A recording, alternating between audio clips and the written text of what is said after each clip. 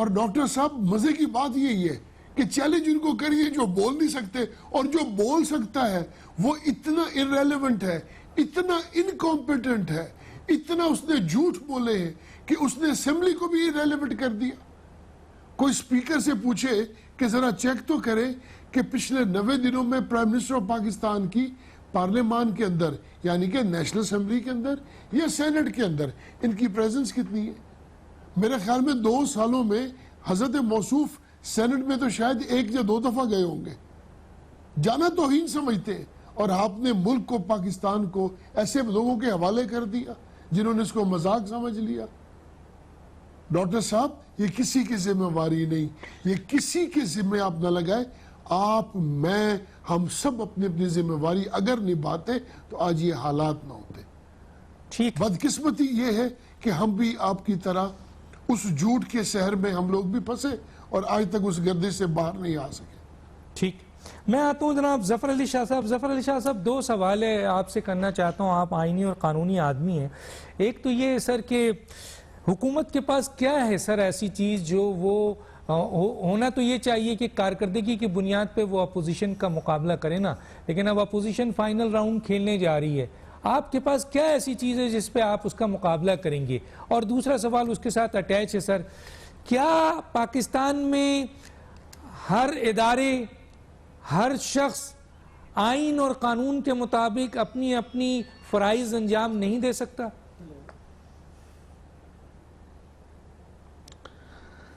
Doctor صاحب پہلے آپ کے سوال کا جو کہ بڑا یہ پرٹیننٹ کوشچن ہے آپ کا کہ حکومت کے پاس کیا کارکردگی ہے کہ وہ اس اختلاف کا مقابلہ کرے گی۔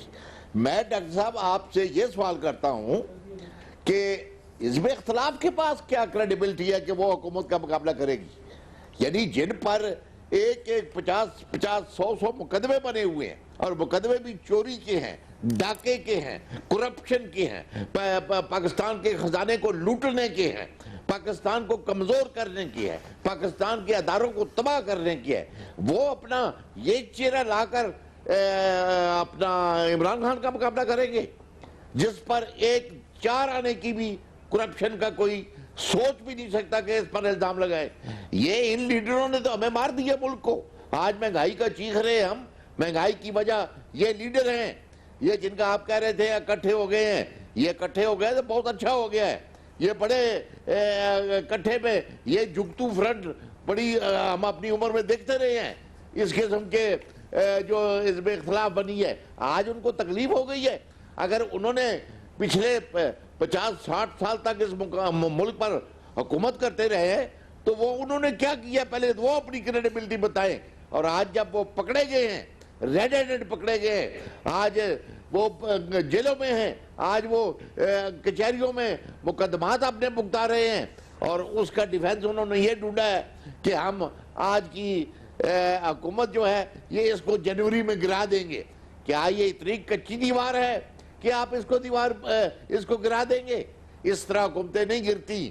حزب اختلاف میں نے تو ساری زندگی حزب اختلاف میں گزاری ہے، لیکن یہ آپ جو حزب اختلاف میں چہرے آئے ہیں اور حکومت کو گرانے آئے ہیں، ڈاکٹر صاحب ان سے نہ حکومت گرتی ہے نہ ان سے حکومت بھاگتی ہے۔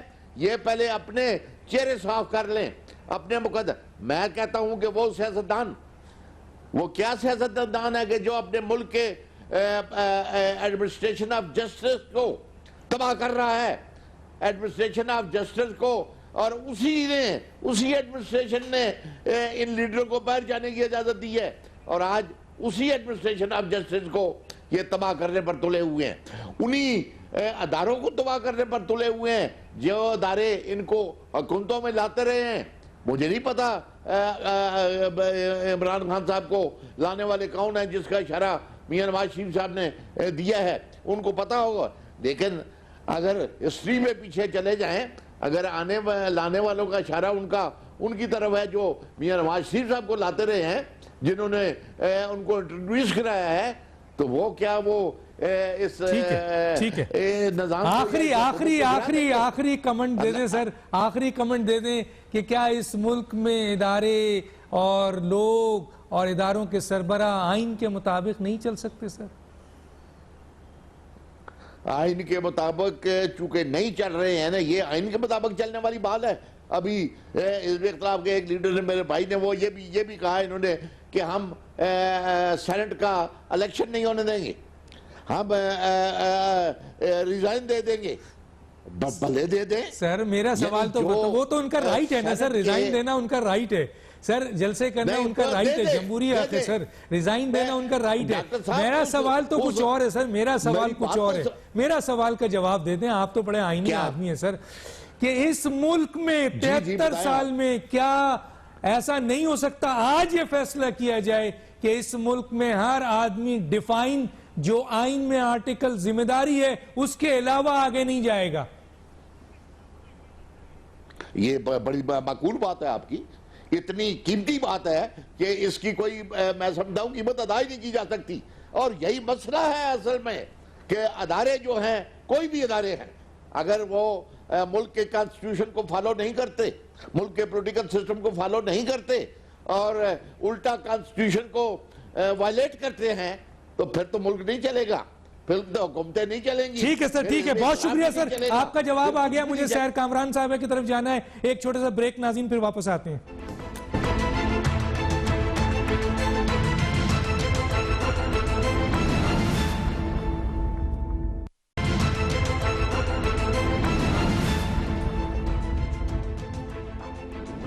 Welcome back. جی سینیٹر سحر کامران صاحبہ, انہوں نے کہا ہے کہ جی اپوزیشن کے پاس کوئی ایسا کارنامہ نہیں ہے یا کوئی ایسی بات نہیں ہے کہ وہ حکومت کا مقابلہ کر سکے, یہ جو آپ شو کرنے جا رہی ہیں, کیا کہیں گی؟ بات یہ ڈاکٹر دانش بڑی خوبصورتی سے سینیٹر ظفر علی شاہ صاحب نے بتا دیا کہ کیا ہتھیار ہے. یعنی وہی ہتھیار, نیب, ہریسمنٹ, گرفتاریاں, غداری کے سرٹیفکیٹ. مجھے تو یہ نہیں سمجھ میں آیا کہ کیا پیرامیٹرز ہوں کہ جو ہم کوالیفائی کریں حب الوطنی کو. ظاہری بات ہے ہمارے پاس کیا ہے, ہم نے ملک کو آئین بحال کر کے دیا, ہمارے پاس کیا ہے, ہم نے جو ہے عوام کی بات کی, ہمارے پاس کیا ہے, ہم نے صوبوں کو خود ان کا جو ہے جائز حق دیا, ہمارے پاس کیا ہے, ہم نے صوبوں کی محرومیاں کم کی, ہمارے پاس کیا ہے, ہم نے دہشت گردی کا مقابلہ کیا, ہمارے پاس کیا ہے, ہم نے ملک کی خارجہ پالیسی کو صحیح رخ پہ ڈالا, ہمارے پاس کیا ہے.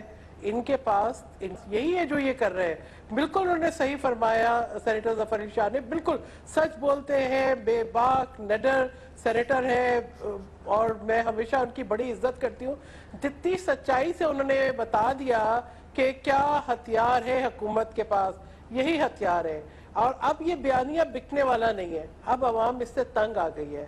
اب عوام یہ کہتی ہے کہ کرپشن آپ نے واقعی اس کا کرنا ہوتا تو پھر آپ بی آر ٹی کا کچھ کرتے, آپ معلم جبا کا کچھ کرتے, آپ علیمہ باجی کا کچھ کرتے, آپ اپنے فارن فنڈنگ کیسز کو مانتے, آپ بنی گالا کا گھر ریگولرائز نہ کرتے, آپ جو ہے وہ جو یونیورسٹی بنانی تھی اپنے وزیر اعظم ہاؤس میں آپ وہ بنا دیتے, آپ جو ہے جو اپنے فرار نہ کراتے جہانگیر ترین کو, زلفی بخاری کو, آپ جو ہے امریکہ کے اندر روزویلٹ ہوٹل کو بند نہ کرتے, آپ یہ تمام ہتھ کنڈے جو آپ نے اپنائے ہوئے ہیں, ادویات کی قیمتیں نہ بڑھاتے. آپ نے ایک کو میں نے بتایا نا, ان کا طریقہ واردات یہ ہے کہ یہ پہلے وہ لوگ جو ان کا کچن کا خرچہ چلاتے ہیں, جو ان کے اخراجات پورے کرتے ہیں, یہ ان کو نوازتے ہیں, یہ ان کو مشیر بناتے ہیں. پھر جب وہ اپنے حصے کا کما کے ان کو دے کے فارغ ہو جاتے ہیں, یہ نیا لے آتے ہیں. آپ یہ بتائیں جو آپ کو نظر آ رہا ہے کہ یعنی ایک پہلے مشیر ہیلتھ کا, پھر ایک اور مشیر ہیلتھ کا, یعنی وہی مشیر جن کے اوپر ان کے خدشات بھی ہیں, اور وہ کہتے ہیں کہ جی انہوں نے غلط سرٹیفکیٹ دیا, مگر وہ ان کے ہسپتال سے نکلے, وہ آج مشیر ہیں. دوبارہ ادویات کی قیمت بڑھ گئی. پہلے کیانی صاحب چلے گئے, اس کے بعد پھر ایک اور مشیر چلے گئے ظفر صاحب, پھر ان کا کوئی انہوں نے وہ نہیں کیا کہ ای سی ایل پہ نام ڈالے, ان کے کوئی احتساب کرے. اب تیسرے آگے فیصل صاحب. یعنی عوام جو ہے ایسپرو کی گولی بھی اب نہ خریدے, علاج بھی نہ کرائے, آٹا روٹی بھی نہ لے, مرغی انڈے بھی نہیں ملتے, تو کدھر جائے. اور اس کے بعد آپ بولے کہ جی اب اپوزیشن کے پاس کیا ہے, اپوزیشن کے پاس عوام کے لیے وہ آخری آس ہے جس کو لے کے وہ اپوزیشن کی طرف دیکھ رہے اور کہہ رہے اس ملک کو مزید تباہی سے بچاؤ.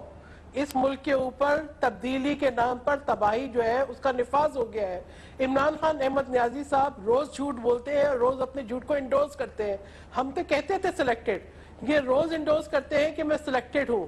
یہ پوچھتے ہیں کہ جی کون لانے والے ہیں. بھائی ہم سے کیوں پوچھتے ہیں؟ آپ عمران خان احمد نیازی صاحب سے پوچھے, آپ ان کے وزراء سے پوچھے جو روز میگا فون لے کے اعلان کرتے ہیں کہ ہمیں کون لانے والے ہیں, ہمیں کون پروٹیکشن دینے والے ہیں, ہمیں کون جو ہے ایمانداری کا سرٹیفکیٹ دینے والے ہیں. کس کو معلوم ہے کہ ہم ایماندار ہیں؟ بھائی آپ کو تو سرٹیفائی کرانا پڑ رہا ہے کہ آپ ایماندار ہیں, اور آپ کو سرٹیفکیٹ مل گئے. یہ عارضی سرٹیفکیٹ ہے عمران خان احمد نیازی صاحب. آپ کو ہر چیز کا حساب دینا پڑے گا. اکاؤنٹیبلٹی ان گائے بھینسوں کی بھی ہوگی جو آپ نے پریزیڈنٹ اور پرائم منسٹر ہاؤس کی بیچ دی ہے, اور اب آپ 22 گاڑیاں خرید رہے ہیں بلٹ پروف. ٹھیک ہے, ٹائم بالکل